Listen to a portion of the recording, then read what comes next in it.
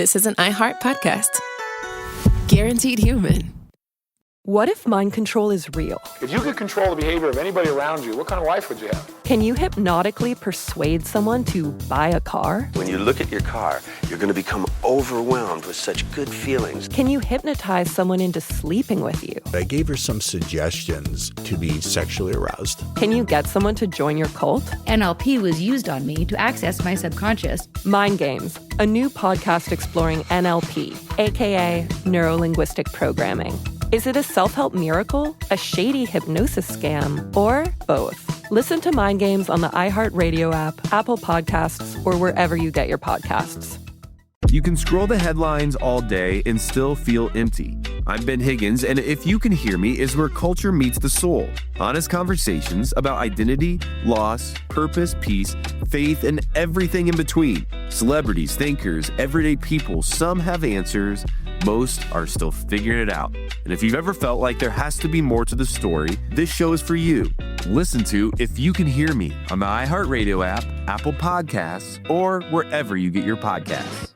Hi, it's Jill Winterstein, host of the Spirit Daughter podcast, where we talk about astrology, natal charts, and how to step into your most vibrant life. And today I'm talking with my dear friend, Krista Williams. It can change you in the best way possible. Dance with the change, dance with the breakdowns. The embodiment of Pisces intuition with Capricorn power moves. So I'm like delusionally proud of my chart. Listen to the Spirit Daughter podcast starting on February 24th on the iHeartRadio app, Apple Podcasts, or wherever you listen to your podcasts.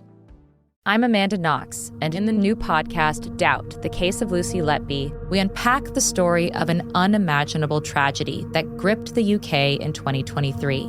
But what if we didn't get the whole story? Evidence has been made to fit. The moment you look at the whole picture, the case collapsed. What if the truth was disguised by a story we chose to believe? Oh my God, I think she might be innocent. Listen to Doubt, The Case of Lucy Letby on the iHeartRadio app, Apple Podcasts, or wherever you get your podcasts. Welcome back to Behind the Bastards. I'm Robert Evans, and this is a podcast about the worst people in all of history. And this week we are talking about some very creative men who like to design them some weapons. My guests this episode, as with last episode, Karl Kasarda from In Range TV. Karl, how are you doing? I'm doing pretty good. I'm sitting here contemplating my future with a Maxim machine gun. But let me teach me more about something that I probably need in my life that I'm not aware of.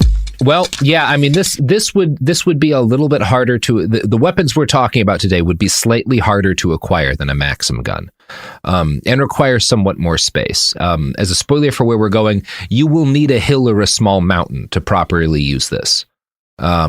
So. You know, I don't know how much property you have, but maybe set like a good sized hill aside. You'll need about 1,000 meters. So as we discussed last episode, Hiram Maxim may be directly responsible for more deaths via his invention than any other arms designer in history. Now, our next subject was equally brilliant in his ability to design guns. He's probably better at it than Hiram was. He may be better at it than anybody was. The fact that his creations killed fewer people is not through lack of trying, although his goal was never to make weapons of war. That was just kind of a necessary aside to the thing he really wanted to do. The guy we're talking about today is Gerald Bull. And when I say guns here, we're talking about the big stuff, like artillery pieces. We're not talking about anything you can fit in a jacket, you know? Gerald Vincent Bull was born on March 9th, 1928 in North Bay, Ontario. You may recognize this as being part of Canada, and the fact that two of the three great gun designers in North American history were from nowhere near the South is a fact of some shame from my people. Browning was born in, Utah? So, yeah. Still. Come on, South. Somebody figure something out. But enough of that. Gerald's father was George Toussaint Bull. He was a lawyer, and he and his wife were very productive during the brief time that they were alive, spreading a lot of kids out over the land, 10 children. They were quite comfortable financially for a little while, until about a year after Gerald was born, when the stock market crashed. 1929, not a great year. for anybody, really. George had taken out a bunch of loans for investments during the bull market, and he wound up broke when they came due after the crash. The family had to move to Toronto for work. Now, Gertrude Bull, Gerald's mother, kept having kids, and she suffered severe complications after giving birth to her 10th child. So Gerald was kid number 9.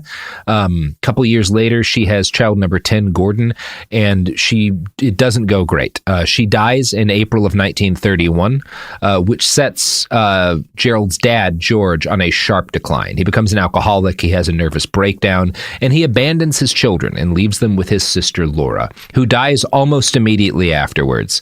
So by the time Gerald is 5, he's been through the ringer.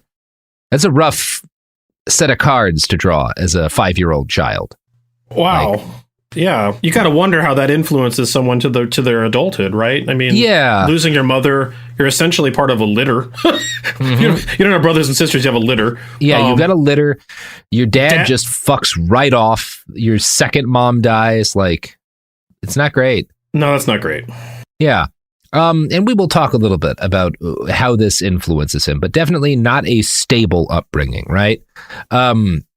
So George, his dad, falls in love with somebody else, gets married, and does not take his children back once he's married and in a more stable position. Instead, after his sister dies, he gives up his kids to an assortment of relatives. He just kind of like splits them and then goes off and does his own thing. He's like, I don't want these kids around anymore. I'm doing a new life. You get a kid, you get a kid, you get a kid. Hey, everyone gets a kid. You know the rule. Your mom's dead. I ain't your dad anymore. That's how this shit works. Gotta find me another uterus to destroy. Yeah, we don't get a ton of detail about George Bull, but he definitely sucks pretty bad. Gerald winds up being raised largely by his older sister, Bernice. And when he was 9 or 10, he starts spending the summer with his aunt and uncle, who were well off and able to send him to an all-boys Jesuit school. So he does have a large family who takes care of them. He's kind of an orphan, but he's taken care of by his family, who are comfortable enough that like he's not a financial burden to them, and they actually like put a lot of resources into him. So it is a rough childhood. It's not nearly as bad as it could be, right? He doesn't wind up in an institution or something. He has a loving family. His dad is just a massive piece of shit. So he starts doing better at this point once he gets to the Jesuit school, and he shows an aptitude for engineering. He had a hobby of designing and building model airplanes out of balsa wood. Not like a kit for an airplane. He would just get raw wood and he would make his own planes and fly them. So Gerald graduates in 1944, and he was accepted to Queen's University. His initial plan was to join the military as an officer, but he found himself really, really taken by engineering. He transferred to the University of Toronto, where he'd been accepted by their new aeronautical engineering school. This was an undergraduate program, and Gerald was 16 years old when he starts it, right? So he is not just in college, he's in a graduate program for aeronautical engineering when he's a 16-year-old. So very, very smart kid, right? And also a very ambitious kid. But the uncertainty and abandonment in his childhood had left keen marks on him. Classmates noted that he could be difficult to work with and prone to anger, something that would be commented on by his peers for the rest of his life. Charles Murphy, who worked closely with Gerald as an adult, later told interviewers, "In a sense, he was an orphan, and that affected his personality a lot. He wanted people to like him, and he felt hurt and rejection keenly." And kind of like Maxim, he's one of these guys that when someone wrongs him or he sees someone is wrong, he never is able to let this shit go. They're both men who take it, which I find interesting, who take slights extremely personally and like cannot deal with the idea that somebody has wronged them. Bull's program was funded by the Defense Research Board of Canada, and his first project as a student was to build a supersonic wind tunnel. He used this as the basis for his 1949 master's thesis, and by 1950 he'd almost finished his PhD thesis, which is an insane rate of productivity for a young academic, going from master's to PhD thesis in the space of about a year. He is a really smart kid. Now, that year, the DRB asked the school to provide them with an aerodynamicist for a missile project, codenamed Velvet Glove. He proved to be exceptional at practical engineering, and Gerald Bull was quickly selected to participate in this joint Canadian-British Defense Department program to study artillery and develop new methods for shooting people with big guns. The program that he worked with next had been started during World War II in Canada to keep British weapons developments out of German hands. And now that the Cold War was on, the purpose of the program switched to ensure that the Commonwealth had the most accurate artillery possible that they could use if things got hot again. He helped to design some of the first segmented aluminum sabot rounds. He's like the guy who really is a heavy part of, obviously, its teams, but he's one of the people who invents like the concept of a sabot round and makes it actually effective. And that's when you have like a big smoothbore gun and there's basically rifling in this sabot thing that gets discarded as the shell travels out of the barrel. And it allows you to do things like later on, they'll do stuff like the artillery piece will almost be a rocket, and when the sabot is discarded, wings pop out or fins pop out that allow it to like stay more aerodynamic. Like the fact that you have this, that you build this discarding sabot system allows you to do all sorts of stuff with artillery rounds that people couldn't really do before. It'll also enhance the capabilities of existing artillery because you're taking an existing smoothbore, and by changing the projectile, you're probably giving it higher accuracy and greater range. Yeah, that's exactly a big part of this is, the militaries and whatnot are always like, there's always budgetary concerns. We have all these big guns. The sabot allows us to massively upgrade their capacity, and we don't have to actually make new fucking guns, which nobody really wants to deal with. He helps design some of the first of these rounds. He also helps to design new methods for testing powerful artillery that's much more like the artillery they're making shoots so much further and faster than it ever has. They have to invent new ways to decide to figure out how fast they're shooting it, right? Like they didn't actually have the equipment to determine how fast are we firing these shells, because they never needed to. So he's not just making the rounds, he's also helping to figure out how are we actually going to analyze and test this stuff, because that needs to be invented right alongside it. In 1951, at age 21, he gets his PhD, becoming one of the youngest PhDs in the university's history to this day. So life's pretty good for Bull during this period. On a fishing trip in the early 50s, he meets the daughter of a local doctor, Naomi Gilbert. The two start dating and then get married in 1954. Her father gave the couple a house as their wedding gift, and the very next year, their first son, Philip, was born. Michelle followed soon after. Now, Gerald was exceptional enough at what he did that in 1953, he received attention from Maclean's magazine, which titled him Canada's Boy Rocket Scientist. His cantankerous nature, though, increasingly asserted itself. As a fundamentally pragmatic, experiment-driven scientist, he expressed hatred for theoretical researchers, who he called cocktail scientists. He also grew increasingly furious with red tape, which restricted the kind of weapons projects that he could embark on. So he really hates anyone who's not getting their hands dirty actually like making shit. He has no time at all for like theoretical physics or anything like that. He wants to go out and build things, and if you're not doing that, he thinks you're kind of full of shit. Well, that kind of smells like I'm the smartest guy in the room sort of complex, does it not? Like all these other people are just holding me back. Get out of my way and watch what I can do. He's probably a narcissist. Like you can't diagnose someone based on this, but he has and he's a genius. But he also has this extremely high opinion of himself and gets enraged whenever someone is like, "No, we don't really want you to do that." Like, I wonder. I'm not a psychiatrist, but I wonder how much that comes back to being sort of discarded as a child. Yeah. It's interesting to think about. Like it must have had some sort of impact. He never is able to handle being told no. So an early example of both of these things came in 1955 when Bull was working on a smoothbore gun that could fire explosive rounds at 4,550 miles per hour. This would be the fastest and most accurate artillery piece ever made. Now, to make his gun work, he had to design a special telemetry system to even collect data on how the weapon functioned. His plans to do this were considered impossible by staff at the organization he was working at, and several of them went to the mat to try to stop Bull from moving forward. To thwart them, he sneakily moved his department's funding around, paying for the project under their noses. And it worked. Bull continued his work more or less without fanfare for the next decade, experimenting with anti-ballistic missiles and radar, eventually impressing the director of the U.S. Army Research and Development Division enough that a model of one of Bull's guns was brought to the States and test-fired over the Atlantic. The U.S. team had to use the fire control radar from a Nike Hercules missile to track the shells fired by Bull's gun, which reached altitudes of 130,000 feet. So this is this is a gun that shoots at such ranges and so quickly that you have to use the radar systems on a fucking missile to track the projectiles it fires. It's fascinating because I was just kind of making a joke about being the smartest guy in the room, but he might legitimately have been the smartest guy in the room. He's very smart. Yeah. Like when we say he's making guns, he's making he's making fantasy weapons.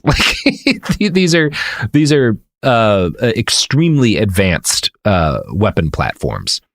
So at this point, he's making guns that can basically fire into space. He's making weapons that can shoot projectiles damn near into orbit. Sounds like something you'd read in a Jules Verne novel. Yeah. He must have liked Jules Verne as a kid.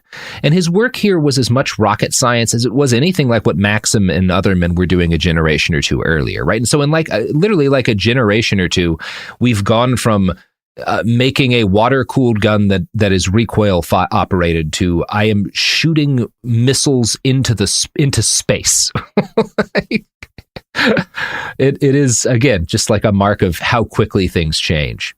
Now, it was at this point in the late 1950s that Bull and his colleague and friend, Gerald Murphy, started talking about doing something totally new with their cannons. Instead of just firing munitions, might it be possible to use them to launch aircraft? They started with model airplanes. And when I say model airplanes, scale models of airplanes, 1/1 scale models of airplanes that they are shooting out of cannons to see, can we launch fucking planes this way? One of the planes that they launch through a cannon this way is a supersonic jet called the Avro Aero. Bull's work yielded early results, and it actually revealed a flaw in one of the stabilization systems in the Aero because they were shooting it so quickly that leads to this very important safety upgrade in the plane that makes it a lot safer to fly. So there's immediate results to this, but the institute he's working at cancels the program immediately after this. And he's enraged again, right? He wants to keep shooting planes out of guns. And the university's no, we feel that's all we need to know about shooting a plane out of a gun. So we're going to take your funding away. And he's livid. In his eyes, these cocktail scientists have robbed him of a chance to do a thing he thought was cool. It does sound like a lot of fun. It fucking sounds rad as hell. Yeah, absolutely. Yeah. I would have loved to get to hang out and just watch him shoot planes out of guns. That sounds neat. So in 1957, Russia does a Sputnik, which we today see as rad, but Americans and a lot of Canadians found terrifying at the time. And there's this whole mania over, well, now we got to get a fucking satellite up there, right? This is all space race stuff. Everybody's probably broadly familiar with this. So Gerald Bull takes this as an opportunity, and he leaks a story to the press that Canada was about to put their own Sputnik-type satellite into orbit by building a high-velocity cannon into the nose of a Redstone missile. Now, this was a complete lie, but he wanted to make this thing, so he figured, I leak this to the press, there will be a frenzy in Canada for me to launch a satellite, and then I'll get to build this. And again, this is one of the most insane ideas I've ever heard. He's talking about a nuclear ballistic missile, and you replace the explosive in it with a gun built into the front of the missile so that the missile shoots up into the sky and then the gun fires a satellite into space from the missile. So that's the second stage, essentially. It's a fucking insane idea. He's also really incredibly playing the media. It's truly fascinating. Mm-hmm. He's looking at this missile the size of a fucking building and goes, I bet I could stick a fucking gun in that and that'd be pretty dope. And if I put this out in the news and say that Canada's making it and they don't make it, it'll embarrass them. So now they have to make it. Well, that was his hope. It doesn't quite work out. So the leaked story was obviously a calculated act, but it causes an uproar in the Canadian government. And the prime minister, a guy named Diefenbaker, loudly denounces the idea as bogus to the press. So it does not work for him. And heads rolled in Bull's office. But the hubbub also led to massive press interest in the Canadian Armament and Research Development Establishment, or CARD, which is where he was working at the time. And a lot of the media coverage that comes out of this leak week and the brouhaha around it, focuses on guns that Gerald Bull had built. So he doesn't get his wish. He doesn't get to build his missile gun, but he gets a lot of interest in the guns that he's already built. So it does kind of work out for him. By the end of the 50s, Bull was fed up with the timidity of his superiors. In April of 1961, he had an argument with one of his bosses who wanted him to complete paperwork before moving on to actually testing stuff. Bull asked his boss, which is more important, paperwork or getting the work done? And his boss said, in this case, paperwork. So Bull responded, you want paperwork? I'll give you paperwork. And he wrote out his resignation right there on the spot. So he stops working for the university, the Canadian government, this like big joint project. Yeah, you get a sense of like the kind of dude he is. I have to admit, having a career in information security, I totally get that. I can't tell you how many change control documents I never filled out, right? I can't fucking handle that shit. I just wanted to make routers do stuff and make firewalls go. I didn't want to make paperwork go. I get that. Yeah, I mean, fuck paperwork. Like it's hard not to be on his side with some of this. Just like, yeah, of course it would be frustrating if all you want to do is build guns into missiles and shoot them into space. If somebody wants you to fill out a fucking requisition form, that's just useful time you could spend making your space guns. So, according to the book Wilderness of Mirrors, a report, which is a book about Gerald Bull, a Canadian Army intelligence report on Bull that came out after his death later analyzed this incident that led to him quitting CARD and concluded his tempestuous nature and strong dislike for administration and red tape constantly led him into trouble with senior management. And this is true. And you get the feeling that, however understandable some of this may have been, he was an asshole to work with. Like he was not an easy man to have as a colleague. Bull transitioned pretty seamlessly to a professorship at McGill University, where he helped to carry out more experiments with aerodynamics and big guns. He and his wife actually purchased a 2,000-acre plot of land on the Quebec-Vermont border, which they donated to McGill University to use as a ballistics lab, to use as a shooting range. Bull quickly received funding from Project HARP, which stood for High Altitude Research Project. It was a joint operation by the U.S. Department of Defense and the Canadian equivalent, and the goal was to study the ballistics of re-entry using large guns to fire projectiles at high speed and then watching those projectiles fall back to Earth. So, right, this is part of the space race. They know we're going to be launching shit up and we're going to need some of it to come back without killing people in it. So we need to shoot a bunch of stuff up into the atmosphere and then let it fall and take data on what happens when shit falls, because we haven't done that before. And the most efficient way they can think of to do that is these giant guns that Gerald Bull has been building. Because it's we don't need to actually be getting it into space. We just want to look at what's happening aerodynamically as these things land. Let's have him shoot a bunch of stuff up and take notes on it. Are there bonus points if the projectiles land on a small Polynesian island? I don't. It's not written about here, but maybe. Yeah, maybe. And these are not ballistic these are guns that could be used as artillery, but they're like little models and stuff that they're basically shooting and monitoring at this point. And Bull's work here is very successful, and he's very supported by his boss, the head of McGill's engineering department, Donald Mordell. Other professors described, quote, second-rate attempts at manipulation by Bull to secure more resources for his work. This was unnecessary, as Mordell believed in Bull's projects, but he was constantly needled anyway, and this wore at him. So again, even when he's really supported by his boss, he can't he's never shows any gratitude for the stuff that he's getting. He's always just no, I want more, I want to be able to do more. He's just he's also a very motivated guy, and so he just kind of has this some of it's being very prickly and a dick, some of it's just he's got this very relentless belief in his projects and can't really stand the thought of not moving forward on them. Now, Bull's work for HARP was wildly successful. His cannons worked even better than intended. For the people funding the research, the primary goal here was just to further the space race. The guns existed to provide data on how different things re-entered the atmosphere. But Gerald Bull didn't think of things that way. He believed his guns were the real stars of the show. And he starts to have more and more ideas around this, I don't really like the fact that the gun is just sort of a thing to study the ballistics of shit falling. I think these guns I'm building can really be the basis of the whole space program. That's how he increasingly starts to think. Now, what happens next is influenced by something that happens in 1965. And to tell that story, I'm going to read a quote from a write-up in the New York Times. A middle-aged German woman arrived in Montreal to visit a relatively unknown scientist at the McGill University Space Research Institute. The scientist was Professor Gerald Bull, then 37. The German woman who sought Bull out was the daughter of an engineer who had worked on the top-secret Paris gun project during the First World War. Developed by Krupp, the German steel makers, the Paris gun was an enormous howitzer with a range of 74 miles, double that of any weapon then existing. First fired on the morning of March 23, 1918, during Germany's spring offensive, it instantly brought terror to Paris's placid arrondissements. The first round hit the Palace of the Republic. The French, aghast and mystified, sent intelligence officers into the woods surrounding the city in search of a hidden German gun emplacement.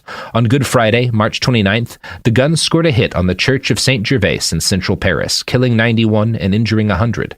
The Paris gun came too late to turn the tide of the First World War in Germany's favor, but it was an incredible technical triumph for its inventor, Fritz Rausenberger, Krupp's head of artillery development and production. Even with the relatively primitive technology of the time, the shell reached a height of 26 miles, an altitude not exceeded until Germany developed the V-2 rocket in World War II.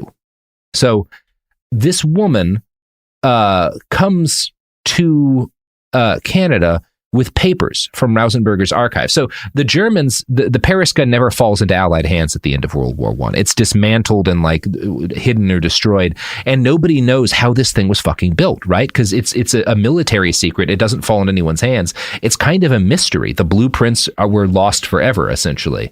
But this German woman has an unpublished manuscript from Rausenberger's family archives, and it wasn't the original blueprint, but it had hard data on the gun's capabilities, and it's enough information that Bull is able to reverse engineer the gun from this and rebuild it via computer model. So he actually gets effectively the plans for the Paris gun by this. I guess this woman who's just like, well, he's building the biggest guns anyone's building, and I think my ancestor Felix would want him to have these plans for this big. I'm a big fan gun. of giant guns. I hear you're a fan of giant guns. Why don't you give me some of the secret information so you could build a giant ass gun? Yeah, it's really kind of a weird, I want to know more about this lady who just is taken by this quest to help this man build the biggest gun ever. It's such a strange thing to want to do. But I'm going to quote again from the New York Times about what happens next. At that moment, the obsession was born that would dominate Bull's life and determine his death. Bull realized that if the projectile in the huge gun was a powered rocket, its range could be increased dramatically. With the backing of the United States Army, the Canadian Department of Defense Production, and McGill University, he established a test site on the island of Barbados and set to work on the high-altitude research project. By welding together two 16-inch guns that had been put in storage by the U.S. Navy, Bull created a huge gun 36 meters long with a diameter of 424 millimeters. It remains the longest working gun ever built. So he is the man who's made the biggest gun. Wow. At least the longest gun. I don't even know what to. I mean, yeah, it's wild, right? I can totally see why he was going down this path, and the concept of instead of just using a rocket from the surface to get to space, I mean, making a rocket, giving it its boost by just a general ballistic boost with a gun is pretty amazing idea. It is, and he is a weapons designer here, but his goal is not to make a weapon. The weapon, his goal is I think the gun should be a platform for space exploration. So again, nothing bad that he's done here. Even within the context of it's wild that he's got the plans for this German apocalypse cannon. But he's using it because he wants to shoot stuff into space, which I would say is a broadly noble aim, wanting to shoot stuff. I mean, there's always the whole dick measuring of the Cold War, but it's cool to put stuff in space. Yeah, it's interesting to think about this. You've got the Paris gun being used in this instance, and the V-2 rocket ultimately in von Braun being the Saturn V that gets us to the moon, right? Yeah. I mean, that's two different instances of these German weapons of war being turned into space exploration ideas. Yeah, it's interesting that we get Bull a gun that was made basically so that we could shell random civilian structures in Paris to scare the French, winds up becoming the basis of a system to shoot satellites into space. That is really strange. But it makes sense, obviously if you can shoot a shell 74 miles, you're not all that far from being able to put something into space. You're well on your way, at least, right? And I believe the V-2 was the first thing to actually ever make it into space. Yeah. Yes, the German arms industry, complicated thing to think about. A lot of good, a lot of bad. Yeah. Yeah. Speaking of lot of good, lot of bad, it's time for an ad break. Is heavily supported by the German arms industry, Sophie? This podcast. Oh, good. Uh-huh. Yeah, we are entirely supported by the German munitions industry. So go pick up something from Carr. Just find some sort of Carr arm and buy it. Or one of those submarines the Germans keep selling the Egyptians for some reason. Get one of those. This does explain why this podcast is as hard as Kruppstahl. Mm-hmm, that's exactly right. That's what everyone says about our podcast. We're the first people anyone said that about. Anyway, here's ads. Hi, this is Jill Winterstein, host of the Spirit Daughter podcast, where we talk about astrology, natal charts, and how to step into your most vibrant life. And I just sat down with a Mini Driver. The Irish traveller said when I was 16, you're going to have a terrible time with men. Actor, storyteller, and unapologetic Aquarian visionary. Aquarius is all about freedom-loving and different perspectives, and I find a lot of people with strong placements in Aquarius are misunderstood. A Sun and Venus in Aquarius in her 7th house spark her unconventional approach to partnership. He really has taught me to embrace people sleeping in different rooms, on different houses, in different places, but just an embracing of the isness of it all. If you're navigating your own transformation or just want a chart-side view into how a leading artist integrates astrology, creativity, and real life, this episode is a must listen. Listen to the Spirit Daughter podcast starting on February 24th on the iHeartRadio app, Apple Podcasts, or wherever you listen to your podcasts. What if mind control is real? If you could control the behavior of anybody around you, what kind of life would you have? Can you hypnotically persuade someone to buy a car? When you look at your car, you're going to become overwhelmed with such good feelings. Can you hypnotize someone into sleeping with you? I gave her some suggestions to be sexually aroused. Can you get someone to join your cult? NLP was used on me to access my subconscious. NLP, aka Neuro-Linguistic Programming, is a blend of hypnosis, linguistics, and psychology. Fans say it's like finally getting a user manual for your brain. It's about engineering consciousness. Mind Games is the story of NLP. Its crazy cast of disciples and the fake doctor who invented it at a New Age commune and sold it to guys in suits. He stood trial for murder and got acquitted. The biggest mind game of all? NLP might actually work. This is wild. Listen to Mind Games on the iHeartRadio app, Apple Podcasts, or wherever you get your podcasts. Welcome to the A Building. I'm Hans Charles. I'm Menelik Lumumba. It's 1969. Malcolm X and Martin Luther King Jr. had both been assassinated, and Black America was at a breaking point. Rioting and protests broke out on an unprecedented scale.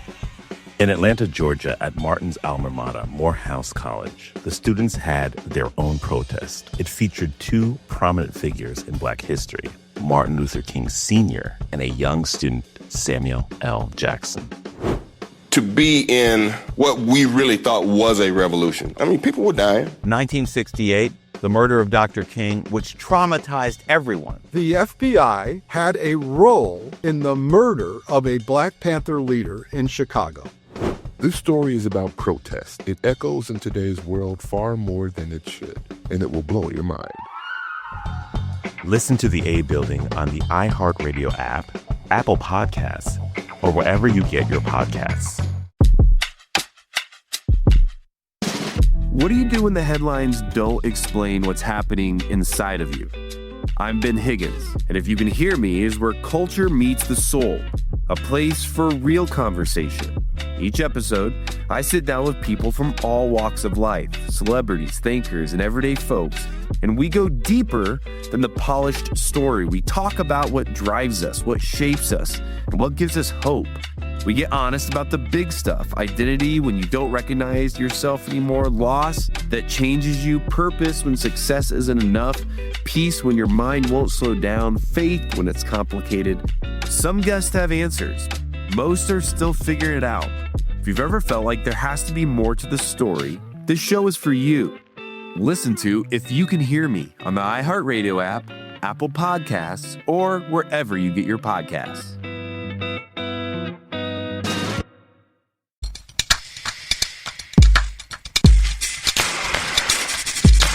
We're back. So, Gerald Bull, at this point, has built the longest gun anyone still has ever built. I guess because there's not really any need for, like, if you could shoot a thing into space, you've kind of made the biggest gun anyone needs to make.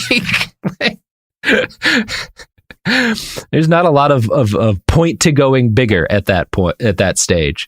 So as the project neared its close, Bull felt he'd perfected plans for a gun-launched 3-stage rocket with flip-out fins using the Sabo technology he'd helped work on.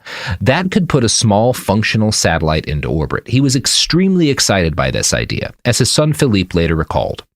He thought HARP would be a big advancement for Canada in aeronautical engineering. They were already putting small probes into space. It was the drive of his life to be working on that project. He was alone. It was his project. It came from his brains, and it was functioning. It worked. And so this is like the high point of his life. But it doesn't last long, because on June 30th, 1967, the Canadian government stops funding HARP.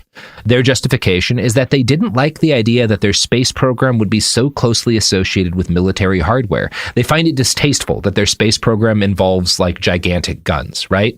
They don't like the idea. That's one reason. Another reason is that they're moving towards rockets, right? The vast majority of scientists working in the US and Canada on the space race are all pretty much in agreement that rockets are the way to get shit into space without breaking it. And, you know, Bull is kind of his attitude is like, well, no, we should do it with gigantic guns. And he's basically the only guy on team giant guns for the space race, right? So obviously he does not win that argument. And who knows what would have been better, right? Like it worked out more or less. So I'm not going to backseat rocket scientist. Interesting to note the U.S. had no such qualms about the origins of their technology. Oh, absolutely not. Yeah, and I don't like that was one of the reasons that like they gave him. I don't know how much I believe any government would like give a shit about that, but I don't think of governments as being basically that altruistic, so that seems odd. Yeah, I mean, maybe it was like, maybe there was some PR concern because he's using some of his technology is this giant Paris gun, which doesn't have a great history, you know?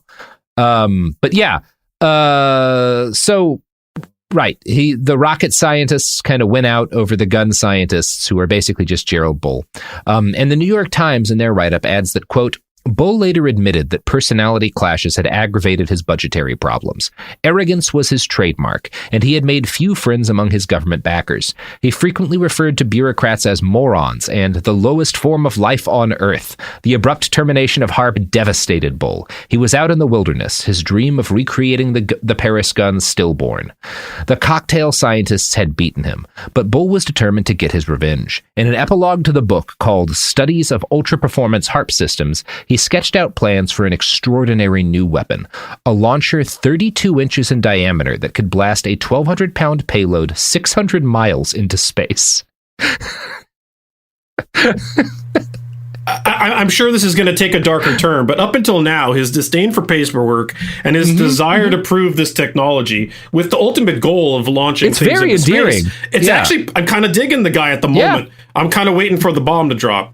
Yeah, it's about to, but it is like, there is something noble about like, this man just wanted to build a gun that could shoot stuff into space. And I mean, that's a noble goal in itself when you think of the space race. I mean, we knew this was needed to be done. It's also a pretty cool life ambition. And frankly, if he had gotten it done sooner, maybe we wouldn't have would have put Elon Musk into a different line of business. Yeah, we'd be just making cannons to shoot rich people into space. So Bull decided he was done with bureaucrats and cocktail scientists forever. He used his savings and his wife's ample family money to form his own company, the Space Research Corporation of Quebec. This was modeled after the institute he'd worked for at McGill, but it would be private and not as subject to the whims of government officials. Since HARP had been killed, the equipment built for it was being sold for basically nothing. So Bull's new company buys all of this, including the Barbados gun in the test area, for basically nothing. They also get a 20,000-acre site near Quebec. Most of their funding comes from contracts by the U.S. Army, or U.S. military, who are not interested in Bull's satellite goals, but are interested in his ability to make big fuck-up guns. And his pitch to them was basically like, I built the biggest gun ever, want to see if I can make a bigger one. And the U.S. is actually not all that interested in his guns, but as we talked about earlier, they're interested in better artillery shells for their existing guns. And they want Bull to make them nuclear-capable artillery shells with a top range of 25 miles, which is fucking nuts. Wanting to shoot a nuke at someone 20 miles away with a field gun is absolutely madcap. Hopefully you can start driving in the opposite direction and have a remote detonator to set it off, right? A remote trigger. Yeah. Gerald, we want you to make a suicide cannon for our boys in Europe. Just something that'll kill everybody around. What's the kill? So we're going to launch this 25 miles. What's the kill radius? 50 miles. Oh, this sounds like a great plan. Yeah. Cool. Yeah, this is like the early 70s, so you have to assume a lot of cocaine is involved at this point. So Operation Nuke Bullets is a big hit, and even non-nuclear versions of the shells are sold en masse to Israel in 1973 for counter-battery fire, because they were getting outranged by Soviet artillery in a number of engagements they had, and these new shells allow them to take the range advantage back in a number of their conflicts. So the U.S. defense establishment goes very gaga for Bull's bullets, which had made the U.S. M107 the most valuable field gun on the face of the earth. Money came pouring in, and the United States was grateful enough that Bastards Pod alumni Barry Goldwater, the then senator from Arizona, pushed forward a bill making Gerald Bull retroactively a U.S. citizen for the last 10 years. Now, that's interesting. Goldwater shows up in such interesting places over and over again. Yeah, that's a real weird one for him to be at. And the reason they give Gerald Bull basically his citizenship, it counts as if he's been a citizen for 10 years. It's a security clearance thing. They want to be able to give him a higher security clearance because of the work that he's doing, but there's requirements about how long you had to be a U.S. citizen. He's one of, I think, 3 people who have ever had this done. Unless you were a Nazi, and then you just get straight line right in. Well, yeah, we don't talk about that so much. That doesn't go up in Congress, you know? It's different, yeah. Yeah. The Space Research Corporation was doing pretty well by most people's standards at this point. They've got about $11 million in U.S. defense contracts, which is quite a lot of money at the time. But Bull is still disappointed by their rate of growth. From the Washington Post, quote, in 2 competitions, his revolutionary 155mm shell design outshot the U.S. Army's M198 cannon system hands down, according to knowledgeable sources. But the Army spurned his system and stuck with its own less powerful guns. So they want his shells, they have things they want him to do for them, but he wants to make really big guns and sell them. And the U.S. Army's like, no, we don't want to buy a whole new set of artillery. We're happy that you've made the ones we have work a lot better. We're not really on board with this shit. And again, he never forgives the United States for not wanting to buy his big, stupid cannons. Now, he'll keep taking their money, but this really enrages him. So he works out a deal with a Belgian ammunition manufacturer to create a European subsidiary of his company, funded by an injection of their investment cash. This money allowed Gerald Bull to do what he did best, design new, really fucking big cannons. And his latest invention was the GC Gun Canadian 45, a 155mm howitzer that could fire a shell with twice the throw weight of any of the biggest guns used at the time. It outranges all of the existing field artillery in the world by a significant margin. The New York Times writes, quote, a triumph of military engineering, the GC-45 vindicated Bull's belief in his own genius. He took his revenge by selling it to the highest bidder. That turned out to be South Africa, then fighting a costly war against Soviet-backed Angolan and Cuban forces on the savannas of Angola, and in desperate need of a new long-range artillery weapon. Restricted by the United Nations arms embargo, the South African regime set out to acquire the GC-45 technology illegally. At first, South Africa approached Space Research Corporation to provide 55,000 extended-range shells for its existing artillery. The U.S. helped the deal along when the Office of Munitions Control waived the requirement to obtain an export license for what were termed as rough steel forgings. 2 unidentified gun barrels, the GC-45 test models, were shipped out with the shells. So this is very illegal. So what happens is he gets the U.S. to approve him selling them better shells, and he ships out pieces of these GC-45 guns of a prototype to the South Africans at the same time. And the U.S. is very aware about this, but it's all kept on the down low because you're not allowed to sell South Africa new military technology because they're using it in brutal colonial wars with a deep racist bent. I have to assume that the U.S. government at that point's eyeballing that security clearance they gave him pretty warily. Oh, no, they're on board with this because, again, South Africa's anti-communist. So this is very illegal, but they know exactly what's going on. They're helping make this happen, but it's also technically illegal, right? Like it's one of these, Gerald's son, Michael, later would say about his father's understanding of the arrangement that he was, quote, led to believe it was the thing to do, that the U.S. had a passive policy to more or less favor these type of things in order to save the last bastion of capitalism in Africa. So it's very illegal, and no one ever says we're making this legal. They're just like, hey, if you just do this, it's not going to be a problem. Amazing. Yeah. We got you, buddy. Just get the biggest guns possible to the most racist country in the world. As many of them as you can ship over. And by God, he does. In 1977, the South African government's arms division buys which I think is called Arms Corps, buys a 20% stake in the Space Research Corporation, which came with a license to manufacture the GC-45, which they'd already received parts to copy.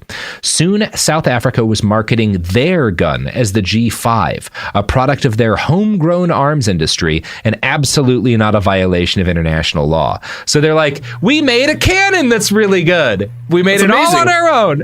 We just popped this out of nothing. We just figured this out all on our own, pulled out a little, sheet of paper at the local pub and drew on it with some crayons and boom, here we go. Yeah. Giant cannon. We built a real big gun all on our own, just us, South Africa. That's our South African ingenuity right there, right? Mm-hmm. So this works out for a while. Works great for the South Africans because, again, they were being very badly, as Israel had been. They were being like horribly outranged by better Soviet artillery. And once they've got the G5, like, fuck it. Like, again, it's the best field gun in the world, right? Like nothing really measures up to it in counter battery fire. So unfortunately for Bull, in 1980, the story about his little cannon caper goes public. The Washington Post writes, quote, when press reports later revealed that the munitions had gone to South Africa despite a U.S. trade embargo, the Customs Service began probing SRC. Bull enlisted Trudeau, who's an American general who had once headed Army intelligence, and Richard Bissell, former deputy director of the CIA, to take his case to the highest levels of the Carter administration. Within a few months, Lawrence Curtis, the customs agent who headed the Bull probe, found that his ambitious plans for wide-ranging indictments of numerous individuals and firms in 3 countries for arms export crimes had come unraveled. Bull and one other individual were allowed to plead to reduced charges, a move that resolved the case quickly but also eliminated any possibility that a trial could produce potentially embarrassing revelations about any involvement of U.S. agencies with Bull's munitions exports. I was totally surprised, very disappointed and bewildered, says Curtis. And Curtis quits not that long after this. Now, the House Subcommittee on Africa subsequently discovers that the state's OMC had been told of the Bull South Africa scheme 3 years before the shipments were reported publicly and had done nothing. The preponderance of evidence was that through the CIA introductions, the United States was turning a blind eye, recalls Subcommittee Chairman Howard Wolpe. The United States government was totally negligent in enforcing American law. So again, this is like the CIA is heavily involved. Like we absolutely approve of this until it gets discovered. And then it's like this, yeah, you got to fall on your sword a little bit, buddy. But we'll make sure the investigation doesn't get that far and you just get kind of a slap on the wrist, Like you're going to have to take one for the team here, but we're not going to let them actually fully investigate your company or what's happened. So it's a great indication. Down. It's such a great example of how these American agencies work, right? Or many government agencies work. The actual supposed will of the country or the law of the country is irrelevant to the agency, and they really run as a rogue state within a state. Mm-hmm. Yeah, and that's like exactly what happens here. And they try to promise Bull, like, hey, if you just play ball with this, it's not going to be that bad. And they wind up being a little wrong. So Bull pleads guilty to one count of smuggling 30,000 shells, 2 cannon barrels, and a radar van to South Africa without a license. Now, you would think that would be a pretty serious crime. I think if I were to smuggle 30,000 high explosive shells to any country, I would probably get in a lot of trouble.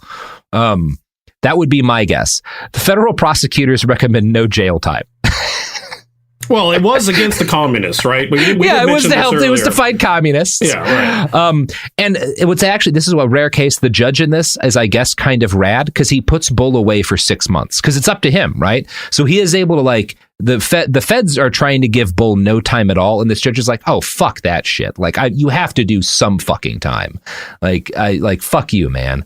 And so Bull actually does go to jail for 6 months, which he's fucking livid. This makes him so angry at the United States, at this judge, like he's just enraged. And it is like, it's weird because, like, obviously no sympathy for a man who gets in trouble smuggling arms to the apartheid South African government, right? Like, fuck that, fuck you.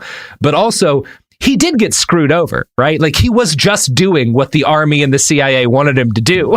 It did teach him a hard lesson about how the U.S. government actually functions with its allies. Yeah. And it's one of those things like, you know, we talk about how nice Jimmy Carter's post-presidency thing is. Like, the Carter administration does everything they can to get this guy off because they're fine with it. Everyone's fine with it, except for this one judge. So good on you, judge, for doing something. I wonder what happened to that judge. Did he, like, wake up dead one day? Probably had a bad fishing trip. Yeah, he might have. Yeah. This was the period in which there were more consequences for making the CIA angry.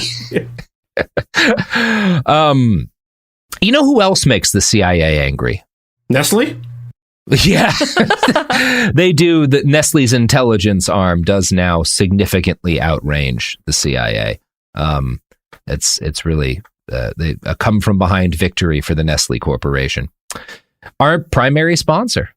Hi, this is Joe Winterstein, host of the Spirit Daughter podcast, where we talk about astrology, natal charts, and how to step into your most vibrant life. And I just sat down with a Mini Driver. The Irish traveller said when I was 16, you're going to have a terrible time with men.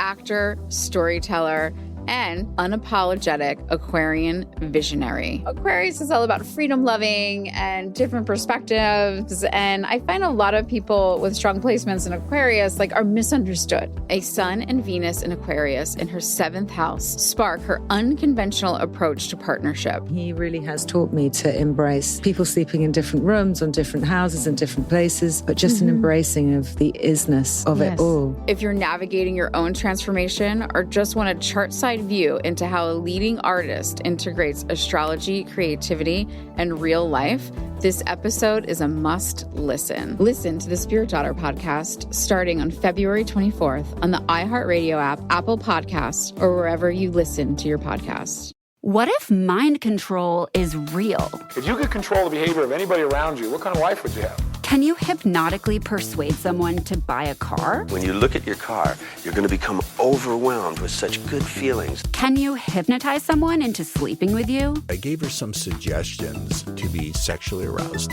Can you get someone to join your cult? NLP was used on me to access my subconscious. NLP, aka Neuro-Linguistic Programming, is a blend of hypnosis, linguistics, and psychology. Fans say it's like finally getting a user manual for your brain. It's about engineering consciousness. Mind Games is the story of NLP. Its crazy cast of disciples and the fake doctor who invented it at a New Age commune and sold it to guys in suits. He stood trial for murder and got acquitted. The biggest mind game of all?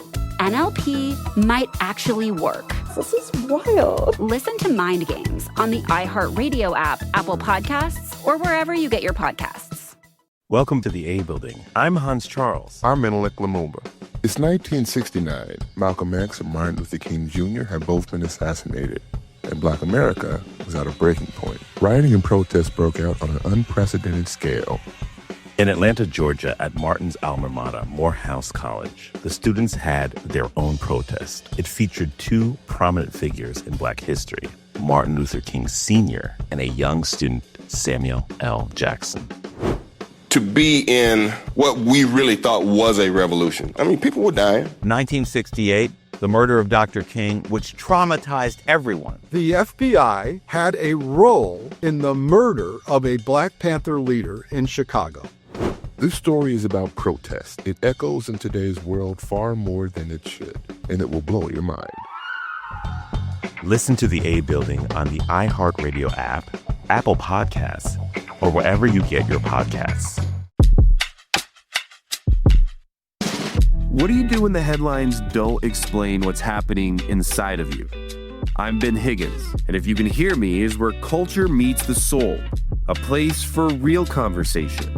Each episode, I sit down with people from all walks of life, celebrities, thinkers, and everyday folks, and we go deeper than the polished story. We talk about what drives us, what shapes us, and what gives us hope.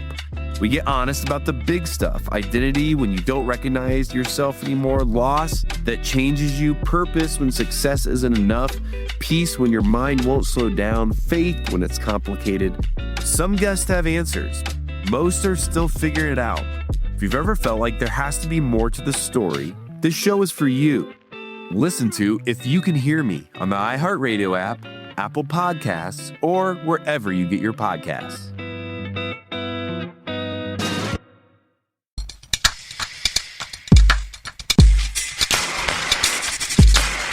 And we're back. So, when we last left off our buddy Gerald Bull, he's been kind of fucked over. He also totally deserved to do time for smuggling guns to South Africa. But also, he's not the one who probably should have gotten the worst penalty for that. Probably a bunch of CIA dudes who should have been punished for that and a bunch of other stuff. So Bull is very angry, and it's just kind of a fucked up situation. True to form, he goes on the warpath against his former employer and spends a lot of time in the media shit talking the United States and particularly our level of weapons development. He tells a Canadian journalist, quote, "The U.S. has obsolete conventional weapons and no morale in their armed forces. They couldn't defeat Timbuktu in a fight." And this is not long after the end of the Vietnam War, so he's also not far off, you know? Kind of pouring a little salt into the wound. Yeah. Bull's U.S. and Canadian businesses had gone broke as a result of the whole scandal, but his Belgian operations were still humming along. Now furious at both Canada and the United States, he moved to Brussels and started making money the only way he knew how, by selling really fucking big guns. He designed a new howitzer based off of the GC-45 for Austria, and he made a cool $5 million selling them the plans. Bull told the Austrians, "Hey, you guys are going to be making this cannon. Your arms industry at home, there's not a whole lot of, you don't need a whole lot of guns for the Austrian army. You might want to consider selling them. And by the way, I think I know a guy who's in the market for some really big guns. The little dude you might have heard of named Saddam Hussein." Yeah, baby. Our favorite romance novelist is in the game. Oh, of course. A story about a man who wanted to build the biggest gun ever would, of course, involve Iraq at some point. It is the 70s. So his guns, the Austrians start making a shitload of Bull's guns and sending them to Jordan, who then sells them to it. Well, they're being sold to Iraq, but kind of by way of Jordan so that the Austrians can pretend they're selling to Jordan. Because you can't really sell guns to Iraq right now because Saddam Hussein was a little bit of an international pariah because he just invaded Iran and started this horrible, one of the great bloodbaths of the 20th century. So it's kind of dicey selling guns to Saddam right now, so they have to hide it yet again. Here's the Washington Post. Quote, "According to a still classified Austrian report, Saddam, whose war with Iran had bogged down, met with the Austrian Interior Minister in April 1982 and demanded to know, 'Where are our guns? Can't you speed up delivery? We require them urgently.'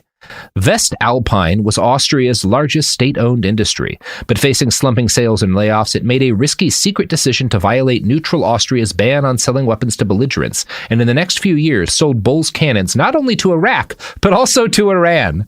Today, the two former Austrian chancellors and various other cabinet ministers have become the subject of the largest criminal investigations in Austrian history. Documents and records in the West Alpine sale of 200 GH-N45s to Iran indicate that the Reagan administration, pursuing its tilt towards Iraq in the Iran-Iraq War, quietly eased the sale of guns to Iraq, but sought to prevent the Austrians from selling Bull's guns to Iran. Now, this was an unusual piece of moral consistency from the Reagan administration because they absolutely sell guns to the Iranians too. They have no problem selling weapons to the Iranians, but they do briefly try to stop Bull. The CIA. What better way to make profit when you sell meat grinders than to also sell the meat? Yeah, exactly.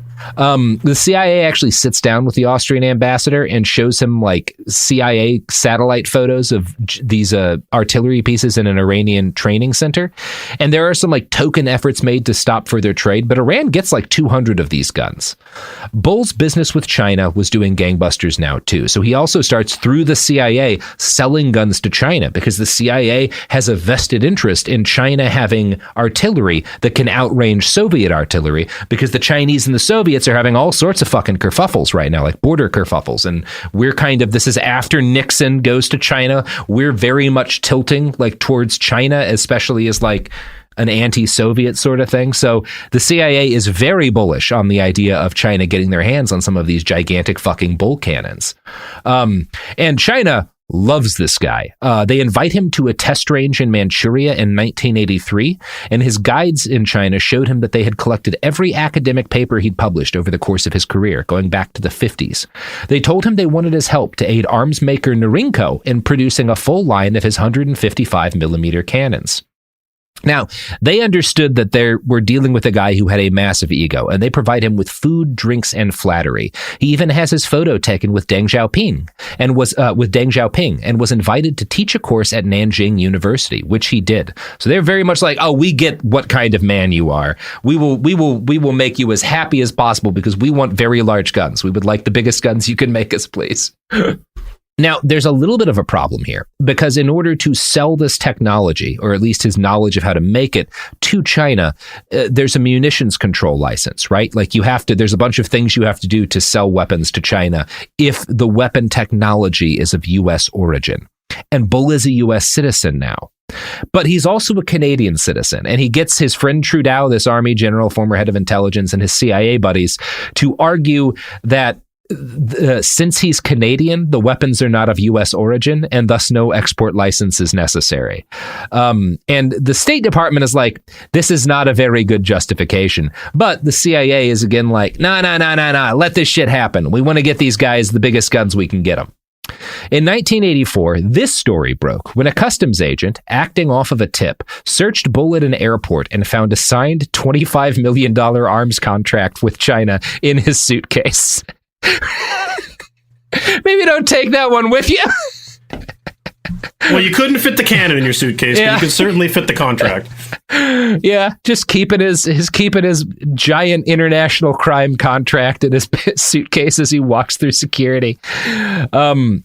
So there's a grand jury investigation, and it looks again like Bull is about to go away for arms dealing. But again, the CIA steps in and they squash the case, which dies completely. He doesn't even go to trial at this point. Like, they just put an end to this because they really want China to get these guns. And in fact, in 1986, the Pentagon actually steps in directly to help China complete their 155 millimeter cannon production line designed by Bull. The Washington Post reports, quote, according to a U.S. defense consultant involved in the project, the Army issued a U.S.-funded foreign military sales contract to a California firm to provide China with a 155mm artillery fuse manufacturing line.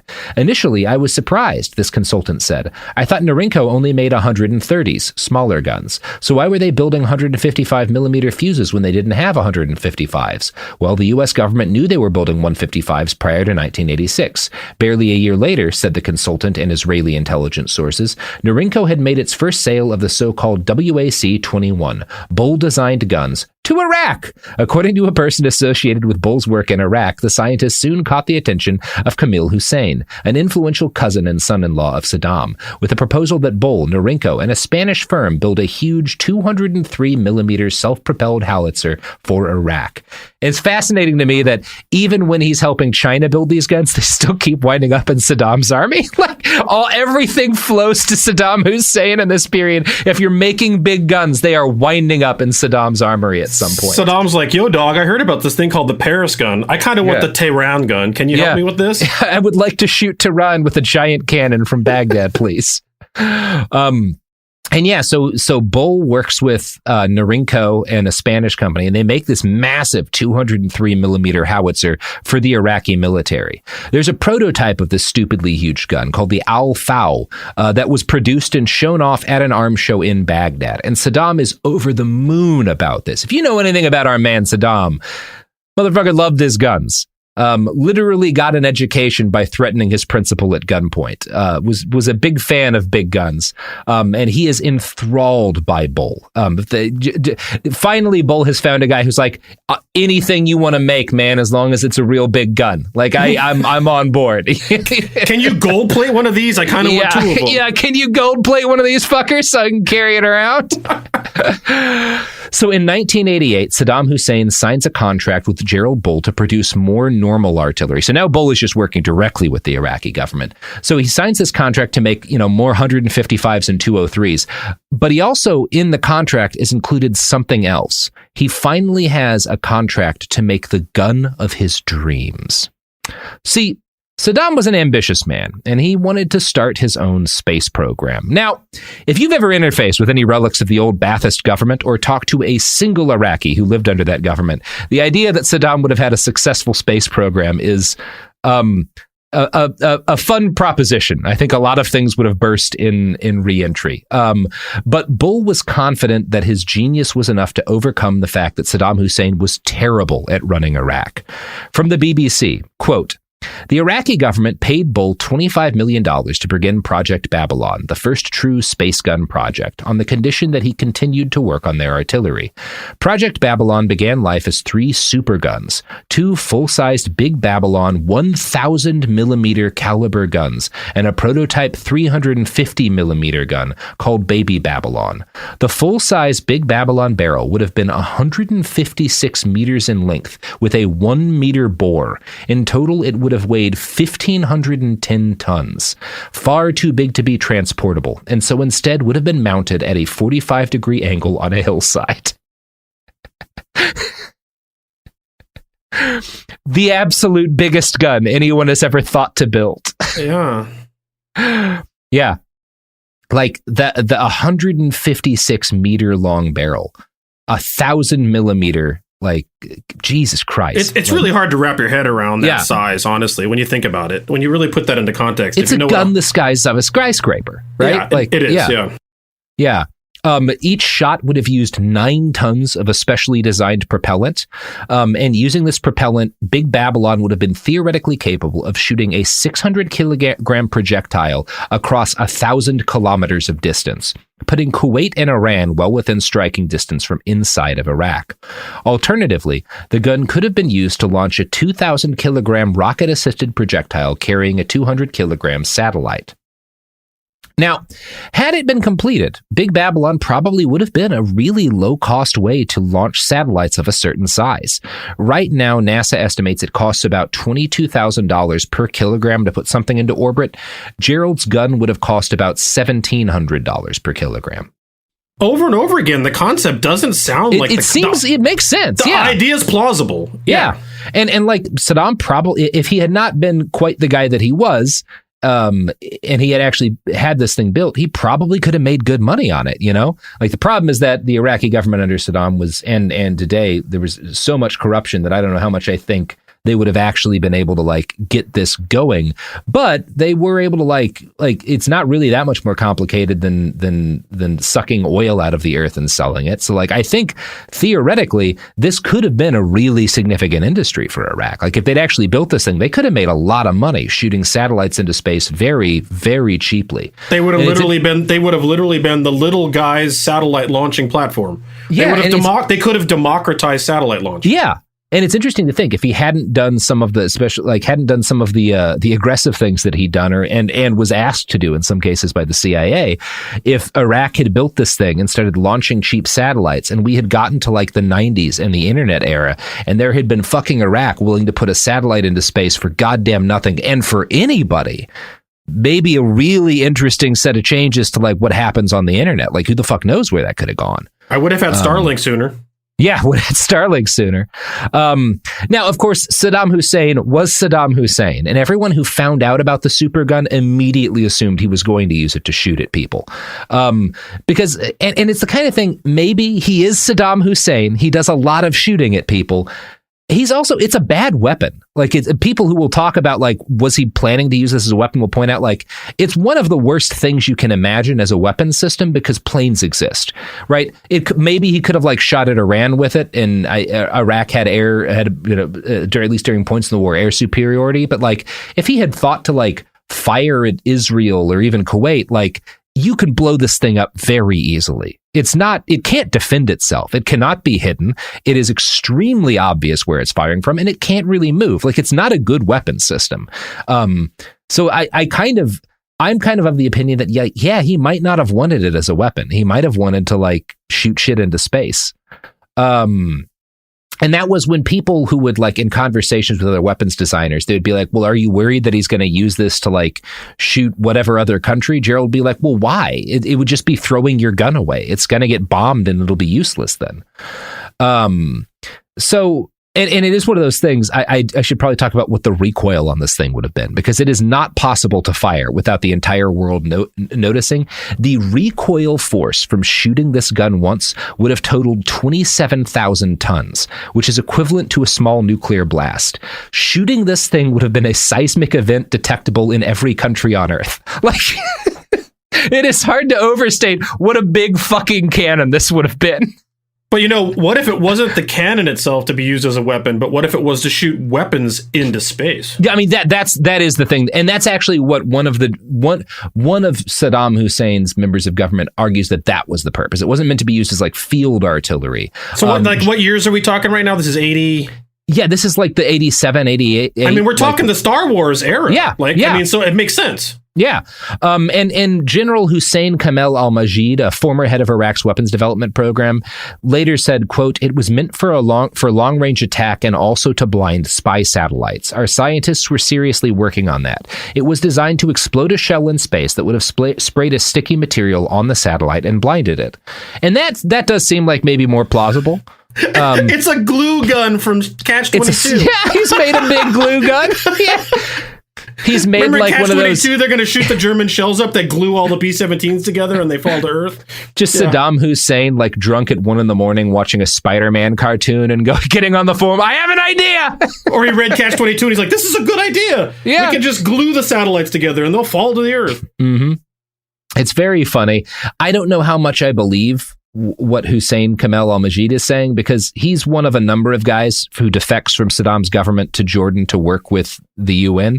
And, like, some of those guys were telling truth about something, but they were also all liars who had been part of, like, the Ba'athist administration and been fine with Saddam until they pissed him off and thought that they were going to get killed, at which point they fled and, turned on him in order to get a better deal themselves. Like, none of them are trustworthy people, is what I will say about all of these. There's a number of these generals who, like, defect. Some of, like, the bullshit we get during the second invasion of Iraq is because these guys who defect from the Iraqi government make these very lurid claims about Iraqi weapon systems that are not true.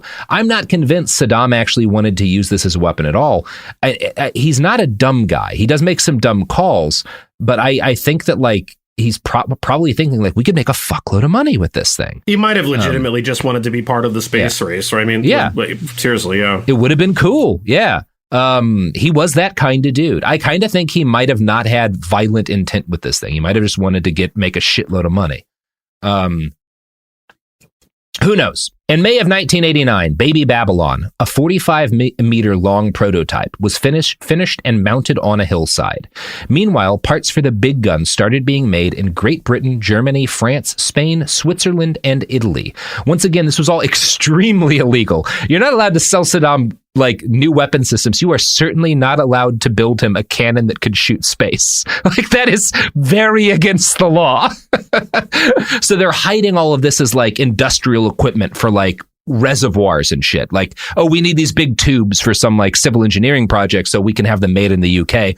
The British don't know these tubes are meaning to be a fucking gun barrel. Although, of course, they do know, because none of this, they don't keep this a secret very well.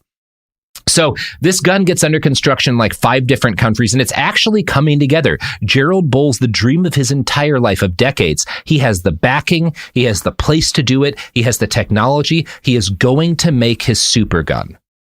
But his good luck doesn't last, Karl, because on March 22nd, 1990, Gerald Bull suffered a significant setback. He was shot 3 times in the back of the head with a silenced pistol outside of his apartment in Brussels.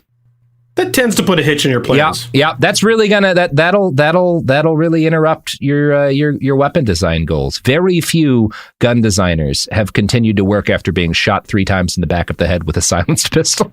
I gotta say, the minute you told me that, the first thing that popped in my head, and I don't know the story, so I'm curious to where this is going to go. But the minute I heard that, I thought Mossad. That's what everyone thinks, right? That is the number one assumed culprit. There are no witnesses, obviously, right? Which is also makes you think Mossad, because they're pretty good at killing people. No one has ever been charged with his murder. Whatever kind of suppressor they were using on the gun was good enough that like nobody even hears this. They find him later.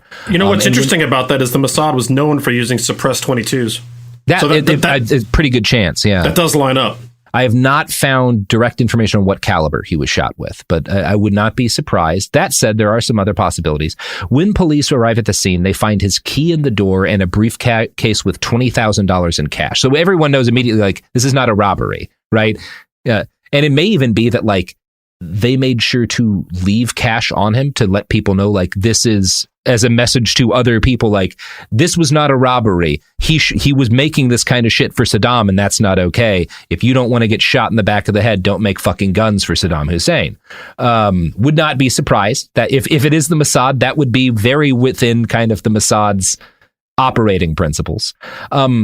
Now, and it's interesting because the people who suspect Mossad, the most reasonable expectation is not because he was building them a super gun, but because he was also working to improve Iraqi ballistic missiles. Like, they were worried about the Scuds, basically. They didn't care about this. They recognize, too, the big cannon is not a great weapons system. They're worried that he's going to make the Scuds more accurate and Saddam's going to, shell Tel Aviv again or whatever. But really, it's also worth noting the Mossad is the what most people assume. It could have been literally anyone. The CIA has a ton of reasons to want this guy dead, right? So does UK intelligence. He's building his gun in the UK. South African intelligence has a lot of reason to want this guy dead at this point. 2 weeks after his death, UK customs seized parts of the supergun before they could leave port. So there's even an argument to be made that, like, maybe this is a British operation, right? They find out what he's doing, that he's doing it with, like, their manufacturers. They kill him and they seize his gun. And yeah, who knows? We have no idea who killed him. Mossad is probably like the smart money, but he had pissed off basically everyone with the capacity to carry off a hit. So it might have been fucking Iraq. Maybe he had some sort of falling out with Saddam, They had an argument over the dinner table one night, and that was the end of that. Yeah, he was definitely, you got to say one thing about Gerald Bull. He gave a lot of people reasons to want him dead.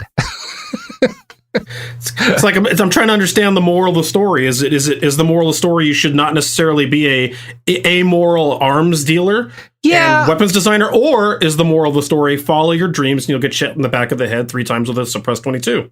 I think I'm not sure which. Both of them are morals. Probably the wisest thing if you have a dream is to maybe, even if you have a beautiful dream, you should not follow that dream to the point that leads you to make artillery for apartheid South Africa and a space gun for Saddam Hussein. Yeah, maybe at that point you should have a moment of self-revelation and go, You know what? Maybe I'm the baddie.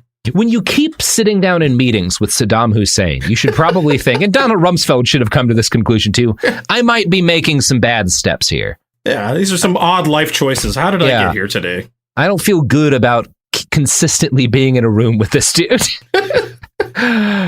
And shortly after Gerald's assassination, Iraq invades Kuwait, and the dream of the supergun dies, at least for now. We have the plans, we have the technology. We could build the biggest gun anyone has ever built and use it to shoot satellites or goo into space.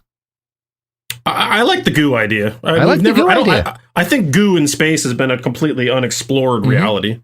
I think we as Americans need something to bind us together again.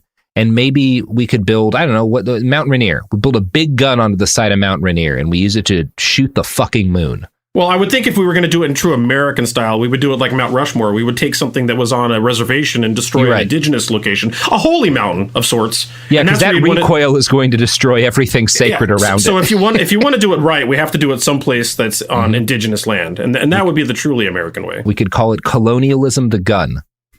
Ooh. Yeah. And then we can use it to shoot settlers onto Mars, which we then fuck up. That's true. You know, as one life goal, I guess, is to live long enough to be around to experience or learn about the first gunfight on Mars. This would get us there sooner. Yeah, we could shoot people and guns onto Mars with our big gun that we built to shoot things into Mars. All things come back to guns and giant phallic symbols, don't they? Yeah, it is a pretty it is definitely not surprising that Saddam hears about this man's dream and says, "I will absolutely build that big stupid gun in my country. You can put it anywhere."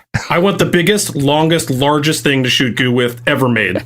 Yeah, I want a big, long gun to shoot goo into space. It is kind of like the fundamental desire of every dictator. Yeah. I want you to build me a big penis with a 27,000-ton recoil that can shoot goo all over my enemy's satellites. Which are basically their eyes, you know? Saddam just wanted to give a facial to all of the countries that had angered him. We just came to the true conclusion. It was the Iraqi space bukkake gun. Yeah, the Iraqi space bukkake cannon.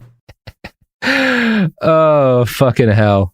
All right, Karl. Well, that is the episode. That's what I got for you.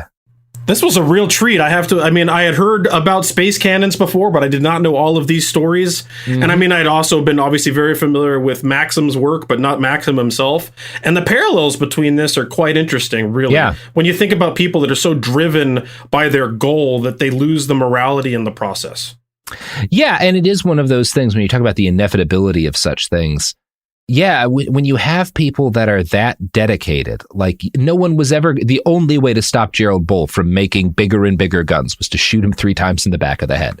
Like he was so driven to keep making those things, which is fascinating, and it is one of those yeah.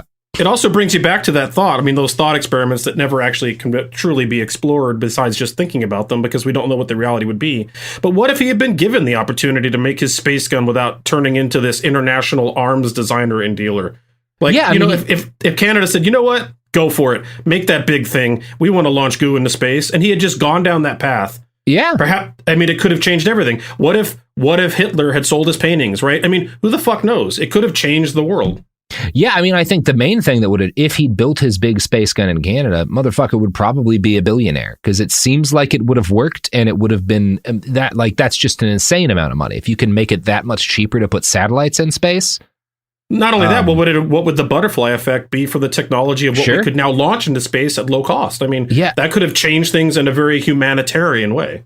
Yeah, it is really interesting to think about. And again, I am kind of from from an alternative science fiction standpoint, fascinated with the possibility of you have the internet boom and Iraq is letting anybody with $2,000 put a tiny satellite into space.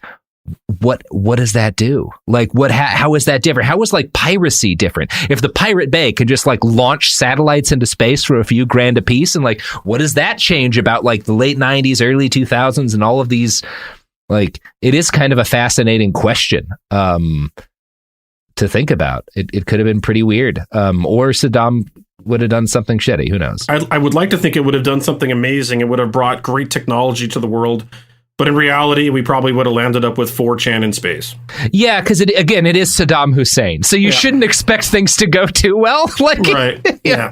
He is the guy that he is. He may have just sold it all to the Disney Corporation in order to shut down any ability to broadcast non-Disney products. You know? We could live in a global dictatorship of Disney enforced by Saddam's space penis. Well, we're kind of close to that already. It's just through different mechanisms. Look, Disney, again, it trends and forces, right? Even without the space gun, Disney found a way. Life finds a way. Yeah. The corporate oligarchy finds a way. Yeah. With or without a gun to shoot goo into space with. I do want to see that fucking thing fire. 9 tons of propellant. I wonder, honestly, legitimately, just firing that thing, how much damage in the surrounding environment would happen from the concussion is hard to fathom. You would have to keep every possible living thing away from it, right? You would have to have a couple of miles clear. Because it's just too fucking, you can't be near that thing. It's like hearing protection doesn't even matter at that point. It'll fucking liquefy you. This will make when the Mythbusters destroyed a bunch of windows firing one of their little things in one of their filming episodes seem very minor by comparison. Yeah, it is a very, yeah. Could have made a pretty good water slide, too. All right, Karl, that's our episode. You got any pluggables to plug? I have my normal pluggable. I run inrange.tv. You can find me on multiple different distribution points. One of my big things that I did long ago is demonetize my work because I believe it's completely viewer supported.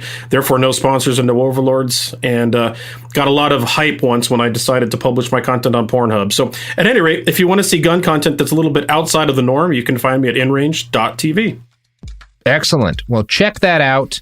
Yeah, so my book is now available for pre-order, After the Revolution, my novel. You can pre-order it with an autographed book plate in the front of the book right now at akpress.org/aftertherevolution with a dash, or if you just Google AK Press After the Revolution, you'll find it. That's the easy way to do it. Just Google After the Revolution, AK Press, pre-order my book. It'll come signed. So that's pretty cool. And yeah, that's going to do it for us here at Behind the Bastards for today. Sophie? You're not going to plug the live stream. Absolutely not. Okay. I'm not doing it either. I do it every episode. I don't. All right, we're done. Nailed it.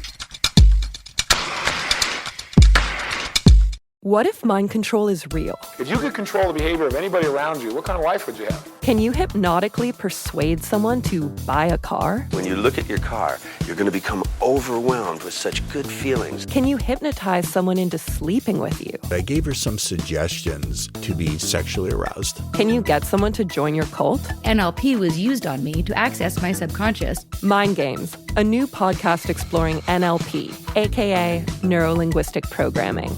Is it a self-help miracle, a shady hypnosis scam, or both? Listen to Mind Games on the iHeartRadio app, Apple Podcasts, or wherever you get your podcasts.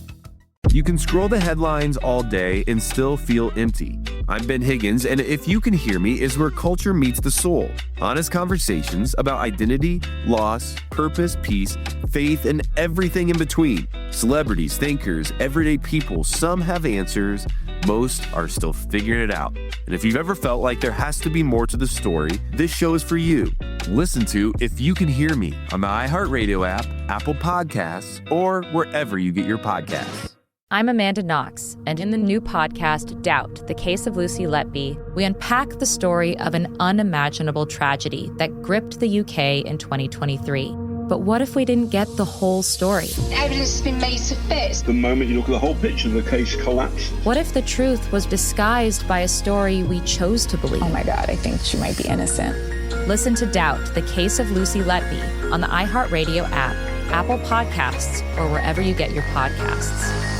Hi, it's Jill Winterstein, host of the Spirit Daughter podcast, where we talk about astrology, natal charts, and how to step into your most vibrant life. And today I'm talking with my dear friend, Krista Williams. It can change you in the best way possible. Dance with the change, dance with the breakdowns. The embodiment of Pisces intuition with Capricorn power moves. So I'm like delusionally proud of my chart. Listen to the Spirit Daughter podcast starting on February 24th on the iHeartRadio app, Apple Podcasts, or wherever you listen to your podcasts.